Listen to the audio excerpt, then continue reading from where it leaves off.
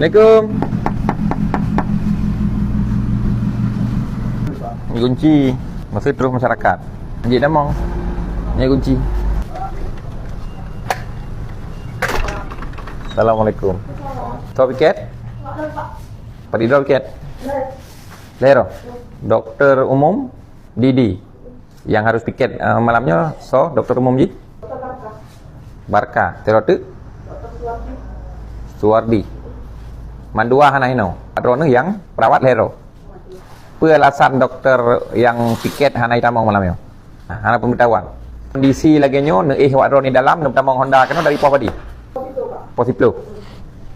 Menya seandainya bunuh na pasien kenlung yang jak.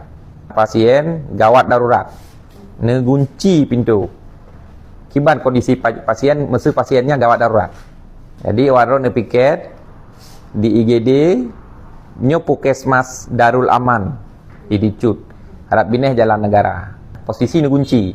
Urang drone hana jaga tengun. Pasien musuji gawat darurat melahirkan atau kecelakaan. Butuh penanganan untuk pasang oksigen. Urang masyarakat yang ja. Tok pintu nan buka. Nan buka. Pakan hana buka je pintu 24 jam. Pelayanan IGD yang dimaksud 24 jam. Pintu buka. Jadi menyana yang piket lehero atau dua dro, berarti siro tinggal. Nya daruratnya kan hana terprediksi. Contoh, kebakaran urung tutup, ya kan? Ambulan standby. Supir ambulan, supir ambulan.